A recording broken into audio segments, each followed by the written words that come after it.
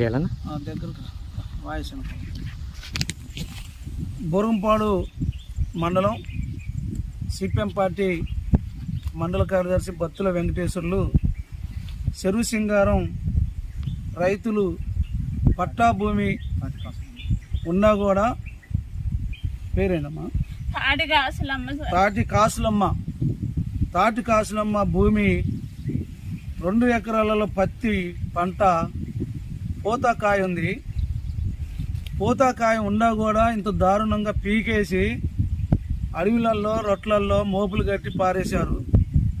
మొన్నేమో గోపాలపురం గ్రామంలో ఒక రైతు 2 ఎకరాలు పంట పీకేసి పత్తి అదే పని చేశారు.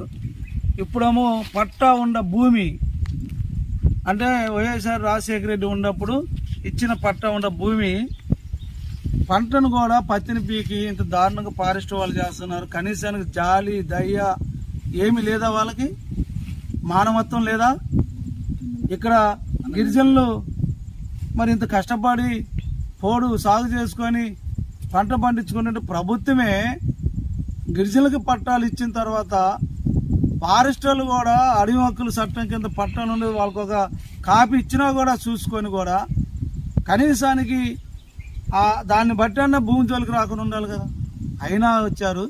అందుకోసం ఇది ఐటీడీ పిఓ గారి దగ్గరికి ఈ పత్తి మొత్తం కూడా తీసుకొని వెళ్ళి మరి 2 ఎకరాలకు పంట అప్పు తీసుకొచ్చి ఎరువులు కానీ మందులు కానీ విత్తనాలు కానీ ఎరువులు తీసుకొచ్చి ఇవన్నీ అప్పు తీసుకొచ్చి మరి పంట వేసిందని బాధపడుతుంది. ఐటీడీ పిఓ గారి దగ్గరికి ఈ పత్తి మొత్తం కూడా మోపులు